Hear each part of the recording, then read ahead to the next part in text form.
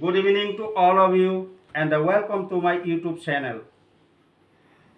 Now I am going to discuss about the transformation of sentence.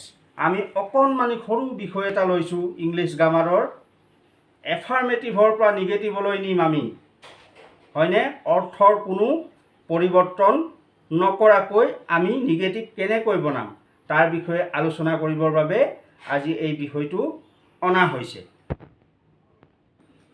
এতিয়া আমি ট্ৰেন্সফৰমেশ্যন of সেন্টেন্সনো কাক কয় যেতিয়া কোনো অৰ্থৰ পৰিৱৰ্তন নকৰাকৈ এটা সেন্টেন্স পেটাৰ্ণৰ পৰা আন এটা সেন্টেন্স পেটাৰ্ণলৈ লৈ যোৱা যায় তাক ট্ৰেন্সফৰমেশ্যন অফ সেন্টেন্স বোলে।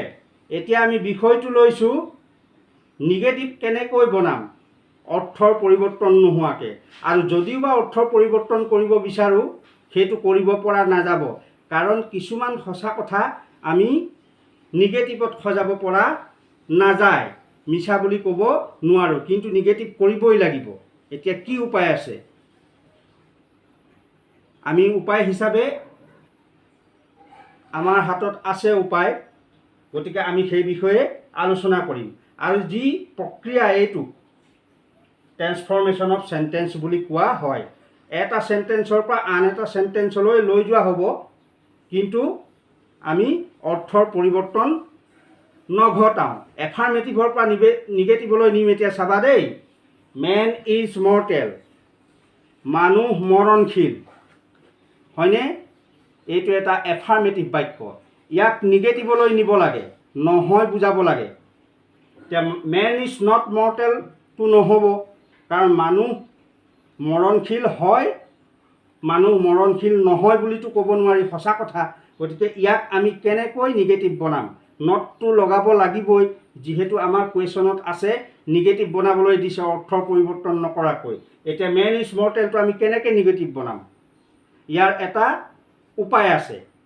আমি নিগেটিভ কৰিবলৈ যেতিয়া দিছে তো নট বহুৱাবই লাগিব মেন ইজ নট বহুৱালোঁ মেন ইজ মৰ্টেল মানুহ মৰণশীল ইয়াক অৰ্থ খেলি মেলি কৰিব নোৱাৰোঁ মানুহটো মৰেই নমৰাটো কৰিব নোৱাৰোঁ হয়নে গতিকে আমি এতিয়া ইয়াক অন্য প্ৰকাৰে নিগেটিভো বনাব লাগে। কেনেকৈ বনাম এতিয়া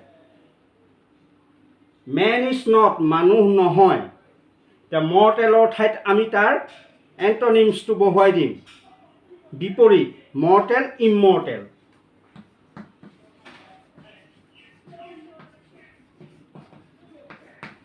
মেন ইজ নট ইমৰ্টেল মানুহ অমৰ নহয় তাৰমানে মানুহ মৰে ইয়াৰ অৰ্থ এইটোৱে নহয় জানো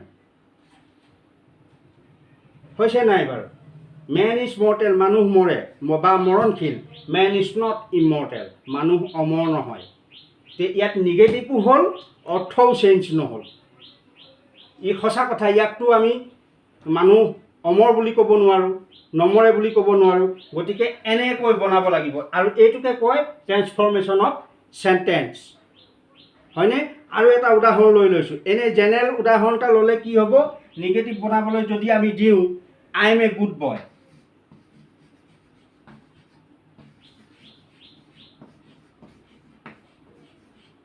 I am a good boy. I am not a good boy. Not a good boy. ইয়াৰ অৰ্থ অকণমান সলনি হৈছে মই ভাল ল'ৰা হয় মই ভাল ল'ৰা নহয় ইয়াক নিগেটিভ কৰিবলৈ চমু কিন্তু যেতিয়া অৰ্থটো একে থাকিব লাগিব বা সঁচা কথাটো নিগেটিভ কৰিব লাগিব এতিয়া কেনেকৈ বনাম গতিকে এইটো মেথড আমি এপ্লাই কৰিব লাগিব। Man is mortal man is not immortal এই মৰ্টেলৰ বিপৰীত ইমৰ্টেলটো আমি ইয়াত আনিব লাগিব আৰু লগত নটটো থাকিব তেতিয়া ইয়াৰ অৰ্থটো এইটো অৰ্থৰ নিচিনাই প্ৰকাশ পাব। দ্বিতীয় এটা বাক্য লৈছোঁ এ গুড বয় লাৰ্ণছ এটা ভাল ল'ৰাই পঢ়ে এইটো আমি নিগেটিভ বনাব লাগে। কেনেকৈ বনাম এতিয়া এটা ভাল ল'ৰাই নপঢ়ে বুলিতো ক'ব নোৱাৰোঁ ভুল হৈ যাব সঁচা কথা পঢ়াটো সঁচা কথা এটা ভাল ল'ৰাই পঢ়ে এটা ভাল ল'ৰাই নপঢ়ে বুলি কেনেকৈ ক'ম? আমি এইটো নিগেটিভ বনাবলৈ যাওঁতে অৰ্থটো একে ৰাখি যেতিয়া নিগেটিভো কৰিবলৈ যাম তেতিয়া আমি কি কওঁ?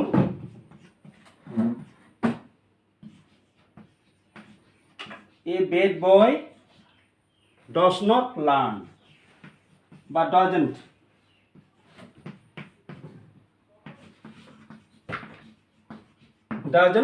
learn. ইয়াৰ অৰ্থও একে থাকিলে নিগেটিভো হ'ল।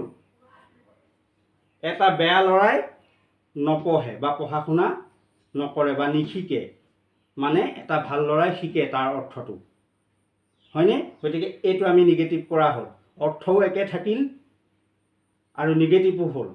গতিকে এইটোকে ট্ৰেন্সফৰ্মেশ্যন অফ চেণ্টেন্স বুলি কোৱা হয়। গতিকে আমি যেতিয়া এটা বাক্যৰ পৰা এটা চেণ্টেন্সৰ পৰা আন এটা চেণ্টেন্সলৈ এটা পেটাৰ্ণ লৈ যাবলগীয়া হয়, অৰ্থটো সলনি নকৰাকৈ, তাকে ট্ৰেন্সফৰ্মেশ্যন অফ চেণ্টেন্স বোলে। আৰু ইউনিভাৰ্চেল ট্ৰুথ যিখিনি কথা, সেই কথাখিনি যেতিয়া আমি নিগেটিভত সজাবলগীয়া হয়, নহয় বুলিতো ক'ব নোৱাৰি, সঁচা কথা।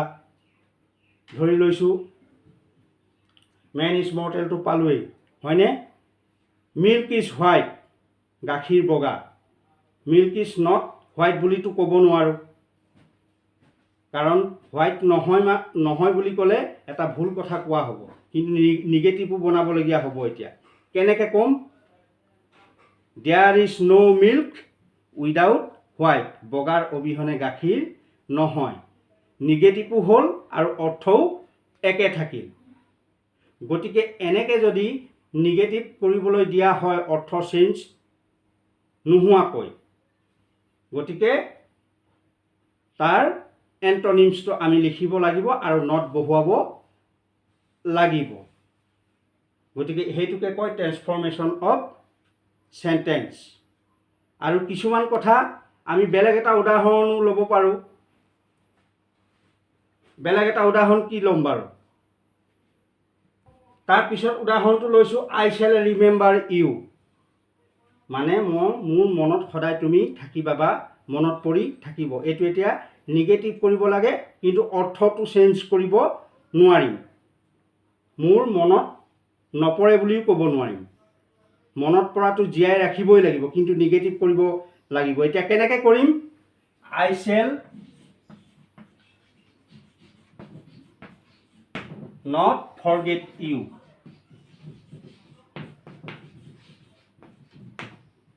নিগেটিভো হ'ল, অৰ্থও একে থাকিল।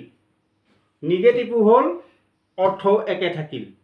গতিকে এনেকুৱা ধৰণে আমি ট্ৰেন্সফৰ্মেশ্যন অফ চেণ্টেন্স কৰিব পাৰোঁ।